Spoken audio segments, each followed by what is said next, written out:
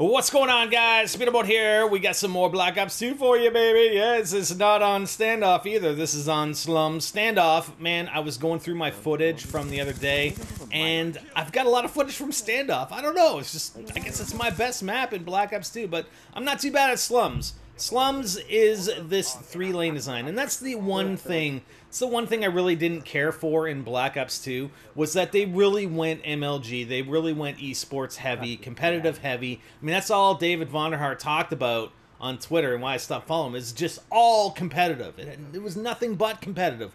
You know, we have these small 3-lane maps, and that's all they were.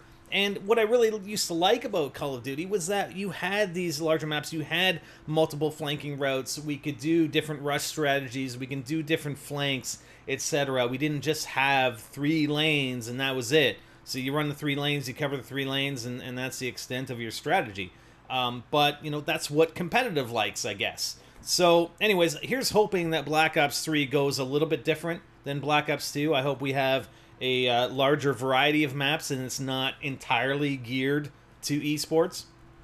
And I think Modern Warfare 3 was kind of like that as well, especially with those 3v3 multiplayer maps that they came out with in the DLC. Oh my god, that was insane. Anyways, what I really wanted to talk about today was virtual reality.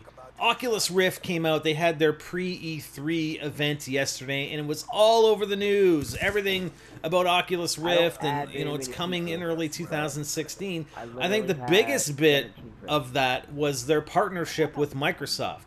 So Microsoft is providing Xbox One controllers that are going to be shipped with every Oculus Rift. And once it comes out, with Windows 10, or primarily with Windows 10, I think it'll work backwards from Windows 7 and up, but Windows 10 is the big thing, and Windows 10 is what is going to allow you to use the Xbox One controller wirelessly. It won't work wirelessly with anything except Windows 10. So the deal is that you can use your Xbox, you can stream from your Xbox to your PC using Windows 10, and from there stream to your Oculus headset and use your Xbox One controller to control everything.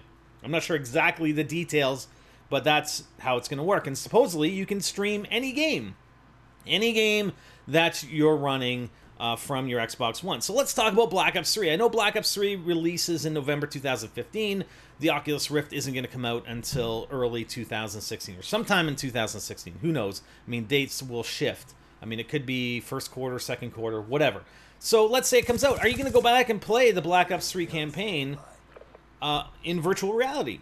And I think the Black Ops 3 campaign is going to have more replayability than we've seen in previous campaigns in Call of Duty. Not only are we going to have 4-player co-op, that's going to be awesome. But look what they did with the Black Ops 2 campaign. I mean, there was a lot of replayability. You had challenges. You had some of the missions that, you know, if you failed, you didn't get other missions, etc. Like, I think they could do a lot with it. And I think there is going to be some replayability. So it may be worth going back and playing it with Oculus Rift when it comes out, right? And it's going to be that immersive experience. But I just don't know if they're going to be providing additional code that's going to make it better on the Oculus Rift. There are companies, there are devs that are building games specifically to work in virtual reality and with the Oculus Rift. And I assume that, you know, streaming any old game isn't going to be as great as if it was optimized for virtual reality. Like, how is it going to look if I just stream, you know, Black Ops 2, if I just stream that game directly to my Oculus Rift? Is it going to look that great? Is it going to be playable? Am I going to get sick playing it?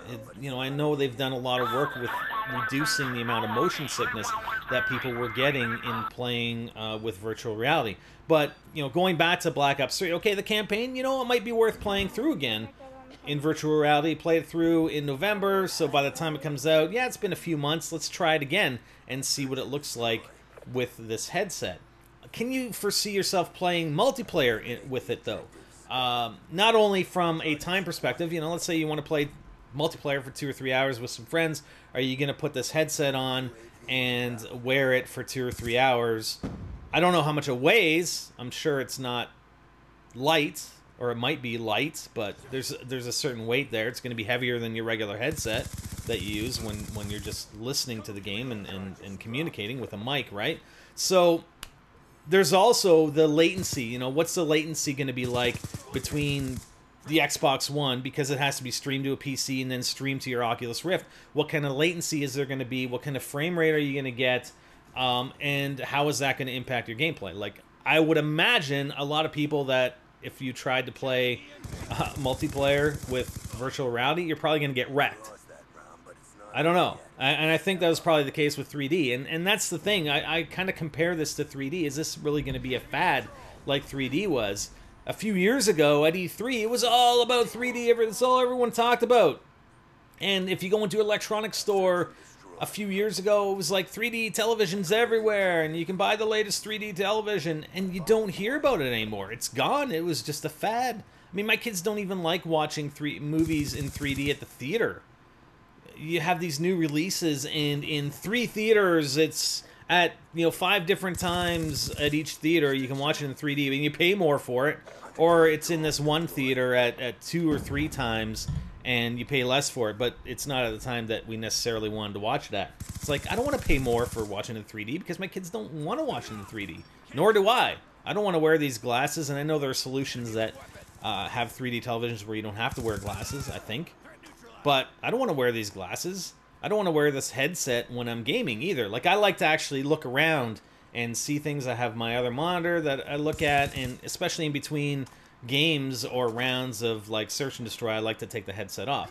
Like, I think it would be great for those games that are really immersive, that really want to immerse you in the game, and there are games like that. I mean, look at a game like Five Nights at Freddy's. Imagine having that with virtual reality or an Oculus Rift. I think that would be fantastic, but I still think it's going to be a fad. I still think it's going to go the way of 3D, possibly. If I'm wrong, I'm wrong. Hey, you know what? If I'm wrong and it does fantastically well, and it does well for years and years, then, I'm proven wrong. But I just don't see it. I don't see it. I really don't. What do you guys think? I mean, are you guys going to be getting one on day one? Do you like the fact that you're going to be able to play all these games that are streamed from an Xbox One? And again, Sony has their solution coming, Project Morpheus, and Microsoft is actually working on their own thing, but they're hedging their bets, right? And I think they played it well. They're hedging their bets on the Oculus Rift, and at the same time, they're developing their own technology. So let's see, we'll see where it goes. But what I do think is that it's great for the consumer. It is great for the consumer. We have Oculus Rift. I know that Valve is also looking at their own virtual reality, and Sony and Microsoft and Facebook, there are all these players, and hopefully because of that competition that we're going to see a lot of value for the consumer. And if there is value there, then we'll see it. But if there's not, then we're going to have a lot of doorstops. We're going to have a lot of these virtual reality masks that are just going to be sitting in front of our doors because we never use them. And that's what I'm thinking. I think it's going to be a fad for a little while, and then that's going to die off, and we're just going to go back to the way we game today. What do you guys think? Let me know your comments. It's okay to disagree. Absolutely. Let's hear what you guys have to say, okay? That's it for this time. We'll catch you soon, guys. I'm Spider, and I'm out.